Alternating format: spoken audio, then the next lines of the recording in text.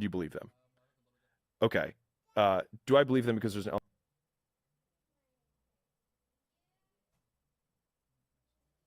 element of truth? If there's an element of truth, why am I insulted? I should agree with them. It's just because we have some ego behind it of like, I'm going to be perceived a certain way. Or maybe because it's poking a hole, it's wedging into the inauthenticity that someone has brought into the light, something which we thought we were able to keep in. Facts of life, and I need to habituate to them. Because I remember my first lawsuit, right? Because it's like when you're in business long enough, you make enough money, you're just going to get sued. It is what it is.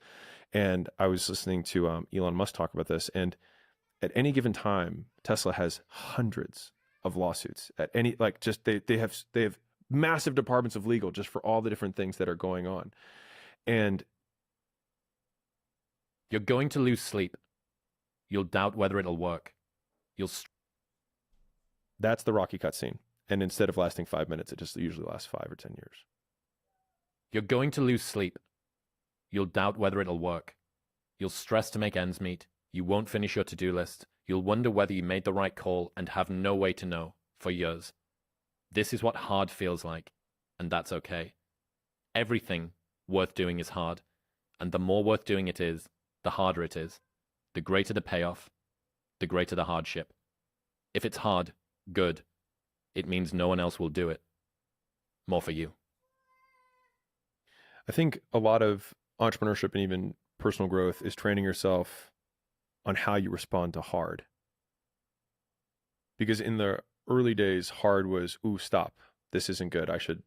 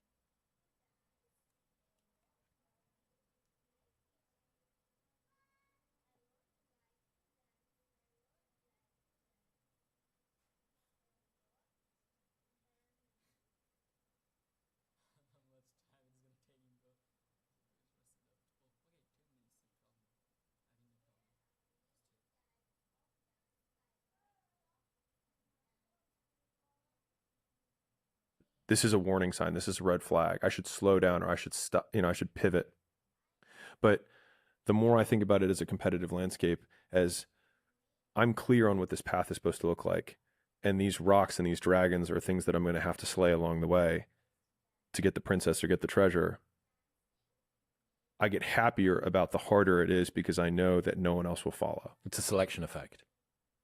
And I think if you can shift from this is hard to no one else will be able to do this, then it flips from being this thing that you're like, oh, poor me, to oh, poor everyone else who's going to have to fucking try. Yeah. And I think that is so much more motivating as a frame for the exact same circumstance. Yeah, that's awesome. I was thinking a lot about the lonely chapter that we talked about the last time. That was the best, most powerful idea I think that we came up with. And if you see there basically being no shortcuts toward getting the thing that you want, there are ways to be more and less efficient. And there are ways to do things with more and less of a positive disposition, which can actually make the journey feel an awful lot easier. But ultimately, if you assume that largely everyone needs to go, people want to find their passion, but you don't find it, you create it. And you create it by getting good at something. And to get good at stuff, you start by doing something you suck at. Then you get good. Then you like it. Then people ask how you found your passion.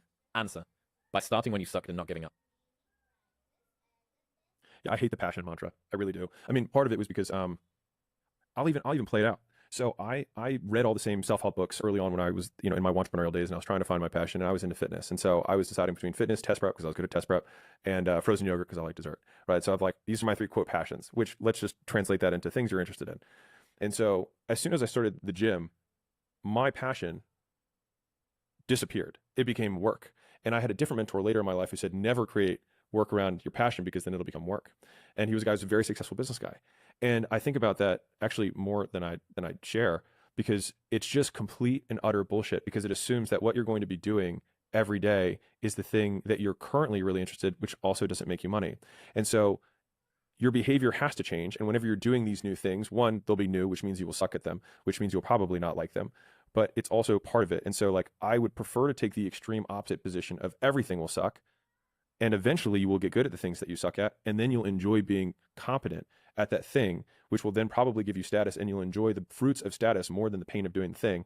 And in so doing, create a positive feedback loop that you'll actually keep sticking with it. And so I'd rather set the expectation that everything is terrible all the time forever. Now let's see if we can become the person who can still do it anyways. And start that as the baseline, rather than trying to assume that I need perfect conditions in order to start. Because I mean, starting is the perfect condition. Like, whatever condition that you're in, that you start, was the perfect condition. There is such a thing as intrinsic motivation, though, as well as extrinsic. Not to know what you're doing. Yeah, I little of it. And I don't want to waste any of it pretending to be someone or say things that I don't mean. It's normal to not know what you're doing. Yeah. If you did, it wouldn't be called growth. High five your fear, uncertainty, and doubt, and carry on. Do you get tired, stressed, sad, hungry, frustrated, unfocused? Do you feel misunderstood? Great. You're human. You don't need medication. I have a huge, vehement distaste for mental medication. And I think one is because it's overprescribed. 2, because people over WebMD themselves. And fundamentally, people find a problem with being human. And I think a lot of that is because of the social norm that we should be never hungry, never sad.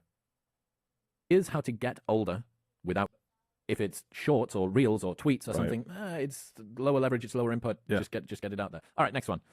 Here's how to get older without getting better. Keep relearning the same lesson. If you keep making the same mistake over and over, the mistake isn't the problem. You are. So I define learning by same condition, new behavior. And so when you go to a video game and you battle through the level and you battle the boss, if you keep doing the same thing to the boss and you keep losing, then you have not learned, because you have the same condition and the same behavior. And so I often say that, like, for anyone who's listening to this podcast, if the goal is to get better and you're like, man, I really want to learn something from this podcast. If you listen to this podcast and then you're in the same exact conditions as you were before, and then you do not change your behavior, you learned nothing.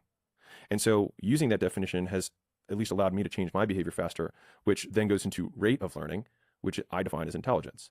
And so a lot of people are like, man, he's so smart, but he just doesn't. It's like, well, then if he doesn't change his behavior and he's in the same conditions, he's... What did you call this? The podcasting booty call? We come together for a very intense 3 hours, don't see each other for 6 months until I text you again and say, what are you doing? It's exactly that. All right, so we're going to go through some of the best lessons I've learned from you over the last couple of months. First one, control freak is a word people with low standards use to describe people with high standards. You're not a control freak. You just want it done right the first time. You're not anxious. You care. Do not expect mediocre people to support world-class goals. I think most people feel really lonely when you want something that doesn't currently exist. And so some people call that dreams, some people call that goals, whatever it is. You're trying to pull something from your mind into reality, and you want it done a certain way. And if it's not done that way, it's not what you imagined. And so people on the outside will throw stones and call you names that they think will change your behavior and get you to stop. And the more I have been the person trying to pull things into reality, the more I've tried to weather and build kind of defenses against those things, so that when those stones get hurled at you by being called a control freak or by saying you micromanage things or that you have incredibly high standards, the answer is yes, because I want it done right the first time. Because either way, we're going to, if you have enough will, it's going to get done the way that I want it to get done regardless. And it'll be less painful if we just do it right the first time, because we will still have to do it. And you may have to do it 3 or 4 more times, but eventually you will just succumb to the fact that we're going to do it this way. And I think all of the great things that have happened for humanity have been from one man or woman who had an idea and just wouldn't let people shake it from them. The standard of right isn't actually that insane when you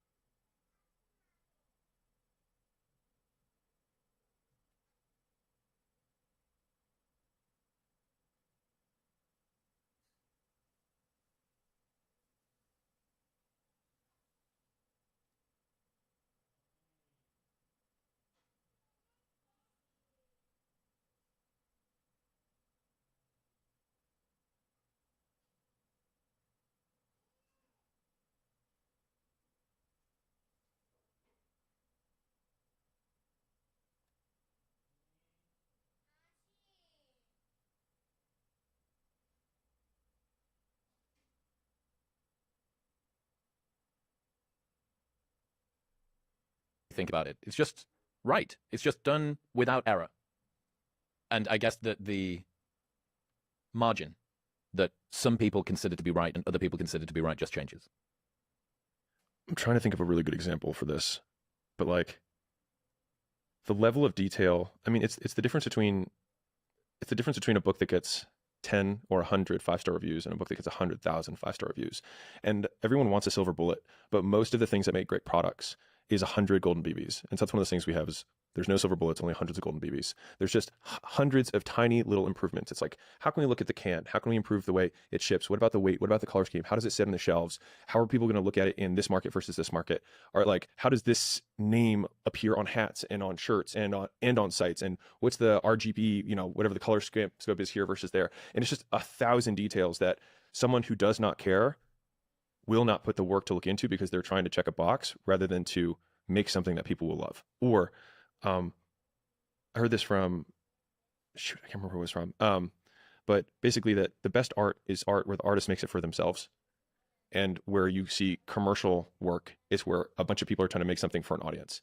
And so they're trying to like rinse and recycle stuff that actually solves no one's problems because no one is actually the audience. Whereas when you make it for yourself, there's thousands of people just like you who will have the same depth of understanding of it, but it feels selfish in the moment to make something for yourself. But when you make it for yourself, you actually make it for everyone. But you can be reliably informed that there's some non-insignificant minority of people who also think like you, Yes. who also have the same problems as you, who also have the same fears as you.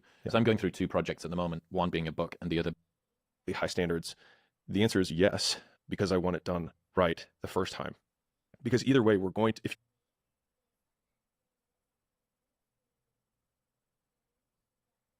you have enough will, it's going to get done the way that I want it to get done regardless. And it'll be less painful if we just do it right the first time, because we will still have to do it. And you may have to do it 3 or 4 more times, but eventually you will just succumb to the fact that we're going to do it this way. And I think all of the great things that have happened for humanity have been from one man or woman who had an idea and just wouldn't let people shake it from them. The standard of right isn't actually that insane when you think about it. It's just right. It's just done without error. And I guess that the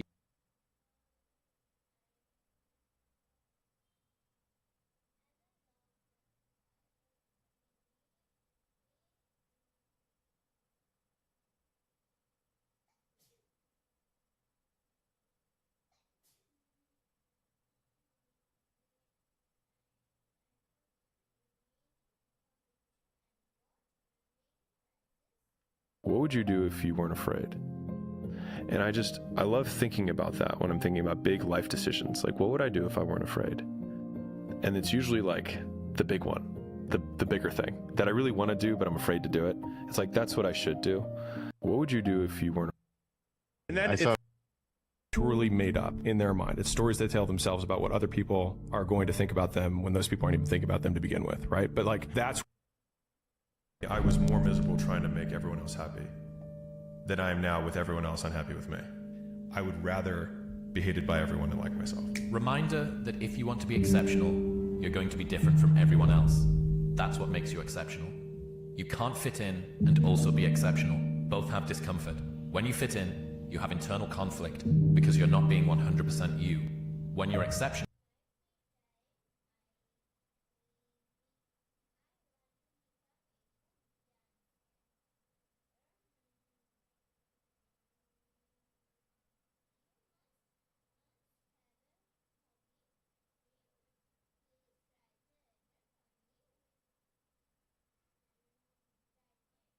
While I'm in the dressing room, 5 minutes before I come out, I'm scared to death.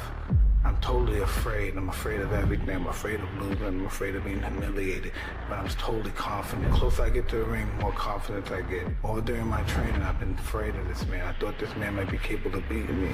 I've dreamed of him beating me. But as closer I get to the ring, I'm more confident. Once I'm in the ring, I'm a god. But I really don't know my father 100%. He was a drunk person. Did he ever tell you that he was proud of you to your face? Yes, he treated me unbelievable. I was like the diamond of the family. And he knew it. He knew it that I will be a football player. And for me, it's made me sad because everything. What's the sadness for you? To be the number one, and he don't say nothing, and don't see to receive awards. He never saw how great you No. became. No. But I really don't know my father 100%. He was a drunk person. Did he ever tell you that he was proud of you to your face? Yes, he treated me unbelievable. I was like the diamond of the family. And he knew it. He knew it that I will be a football player. And for me, it's made me sad because everything. What's the sadness for you? To be the number one, and he don't say nothing, and don't see to receive awards. He never saw how great you No. became. No. But I really. A victory would be awfully nice too. A victory. To me, that comes off as a little cocky or brash. First pro tournament. Anytime you feel a high activation state of any kind, you should stop. What's happening, it's revealing to you something very important. And if you don't. Do you actually want to do this or not? Your excuses will take everything that you ever wanted from you. Go try and accomplish. Maybe it's my fault. I missed more than 9,000 shots in my career. Maybe I led you to believe it was easy when it wasn't.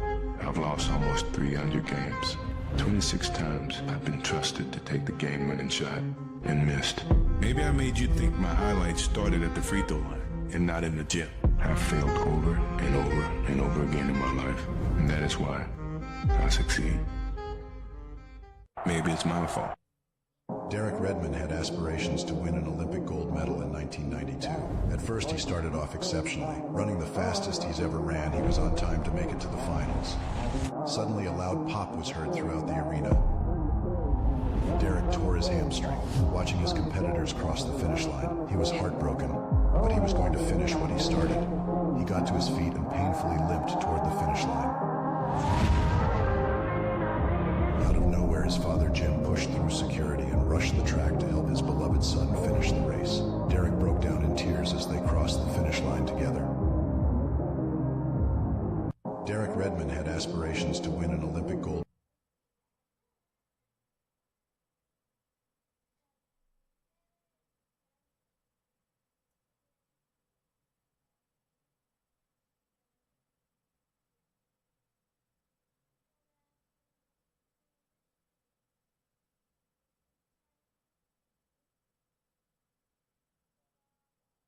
Have you got a jet yet? No? Yeah, I have mine, yeah. I want to get a jet too. You're number one on the floor, but that was like number 35. Good. I'll get on. Maybe next year I'll get you.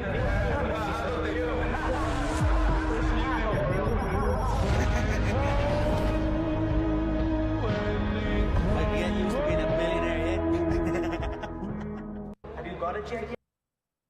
No matter what I do, it seems like it's hopeless. I cannot seem to lose belly fat. Do you count calories? No. Dude. Like, objectively, I'm not eating that much. How many grams?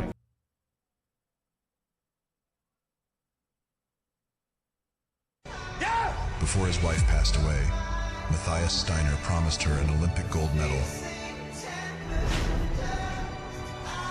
On his second to last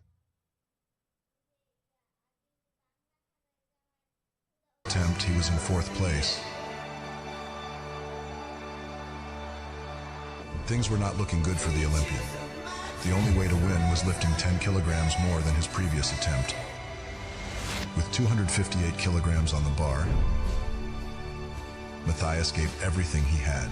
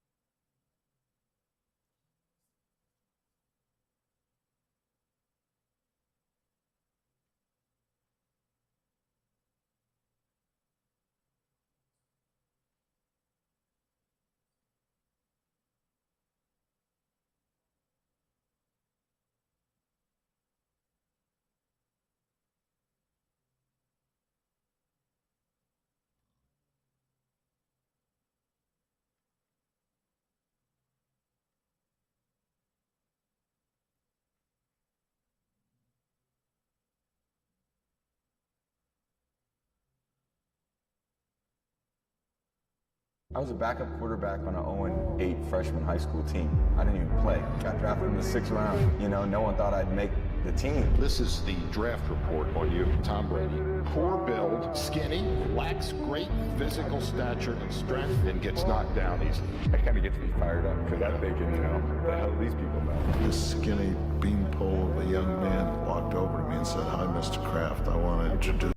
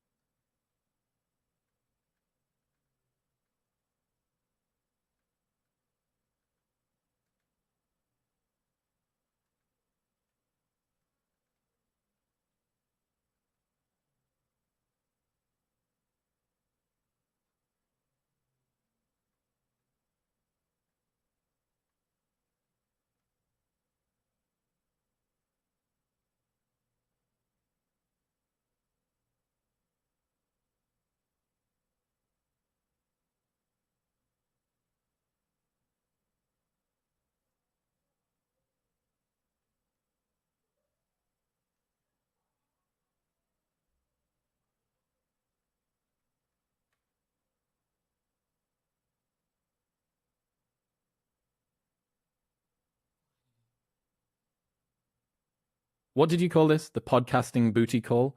We come together for... What?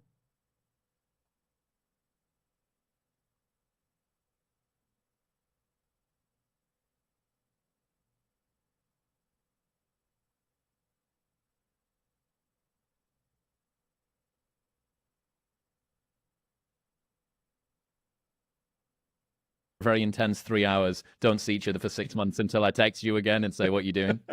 It's exactly that.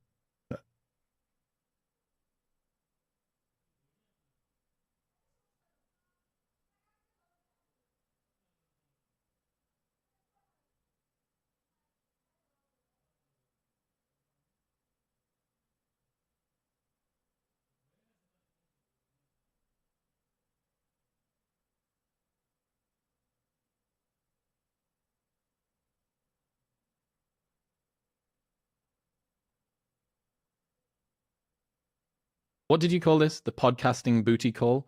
We come together for a very intense 3 hours. Don't see each other for 6 months until I text you again and say, what you doing? It's exactly that. What did you call this? The podcasting booty call? We come together for a very intense 3 hours. Don't see each other for 6 months until I text you again and say, what you doing?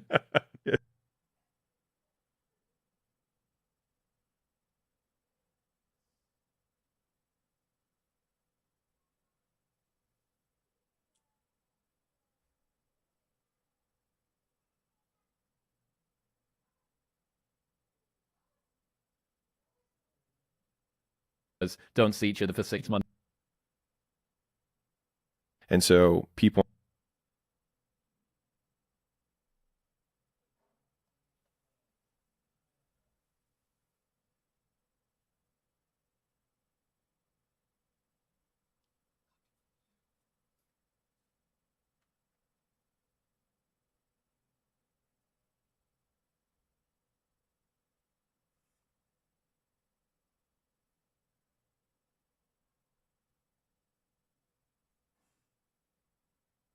I think most people feel really lonely.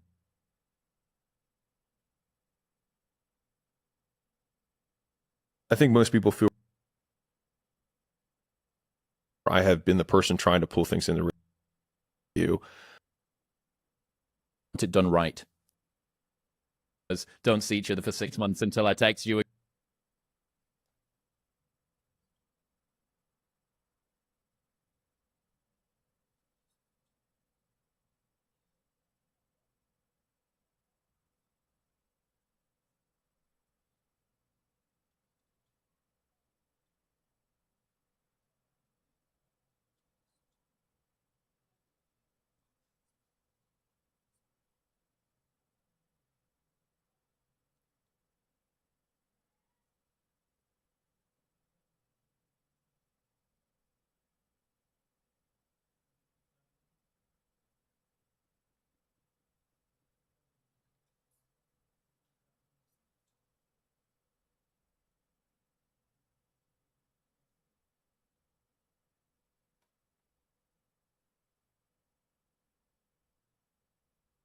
Each other for 6 months until I text you again and say, what you doing?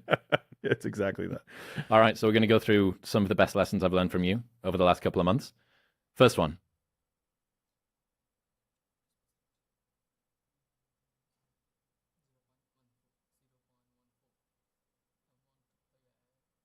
Again and say, what you doing? It's exactly that. All right, so we're going to go through some of the best lessons I've learned from you over the last couple of months. First one.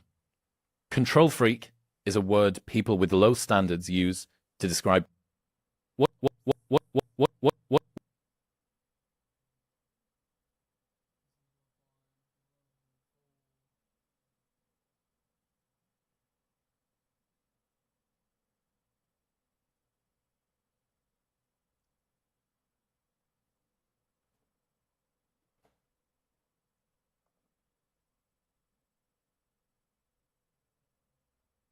for a very intense 3 hours. Don't see each other for 6 months until I text you again and say, what you doing? It's exactly that. All right, so we're going to go through some of the best lessons. When you want something that doesn't currently from you over the last couple of months. First one.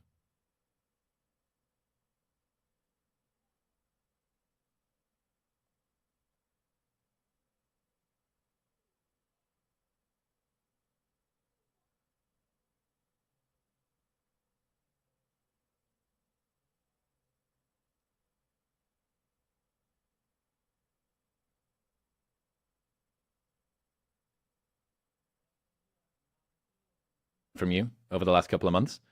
First one.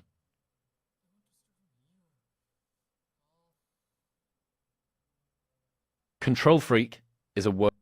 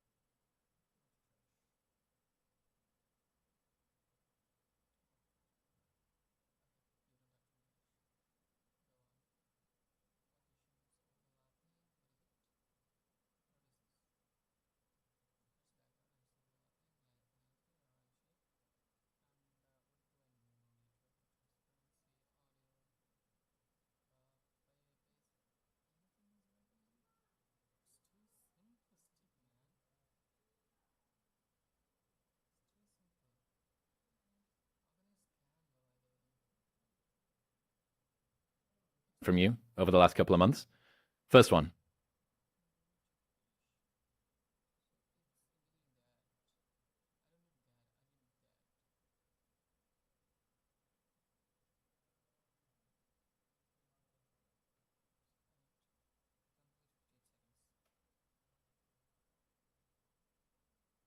What did you call this? The podcasting.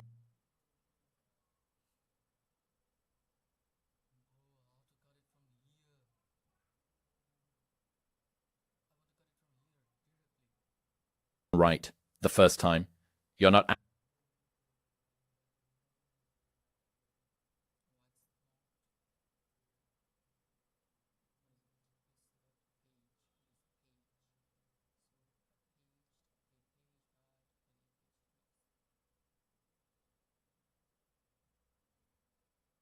What?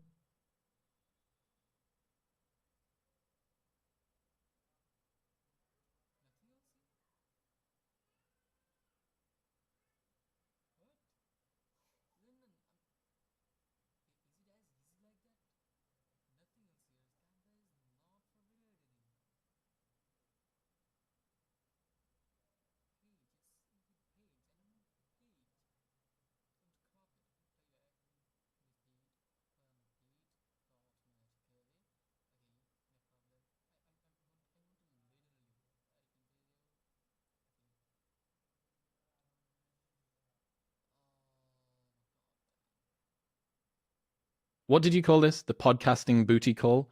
We come together for a very intense 3 hours, don't see each other for 6 months until I text you again and say, what you doing?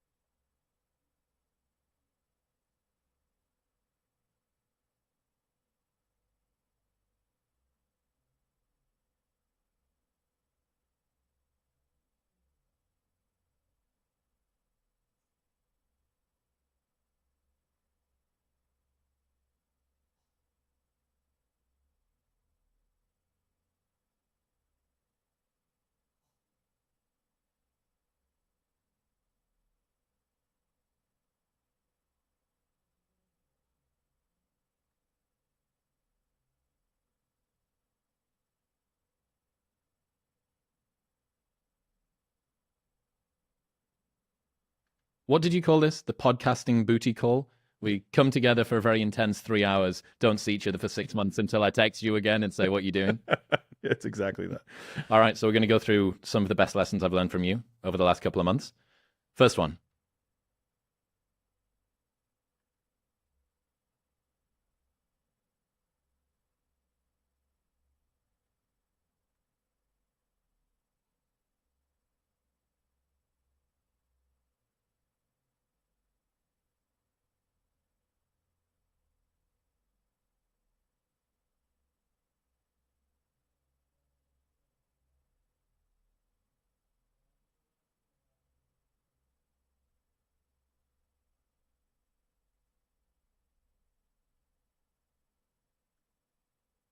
Control freak is a word people with low standards use to describe people with high standards.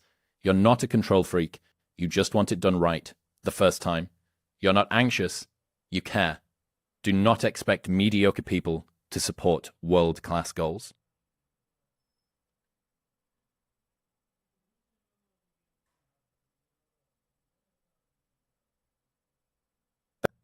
I think most people feel really lonely.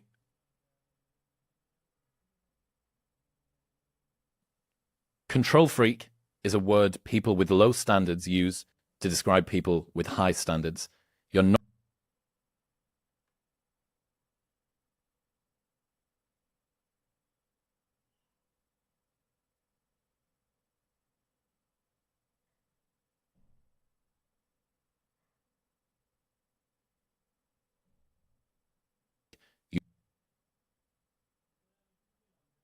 standards. You're high standards. You're not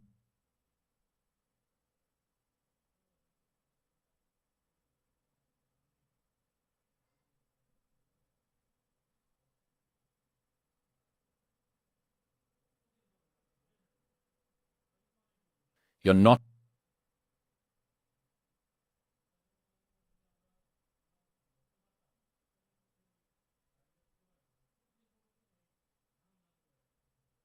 a control freak.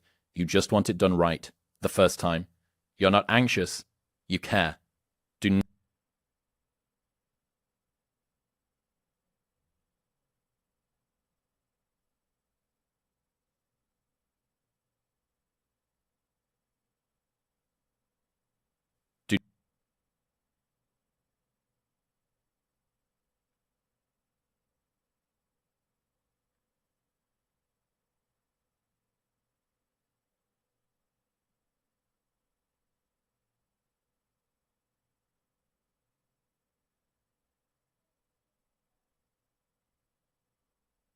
not expect mediocre people to support world-class goals.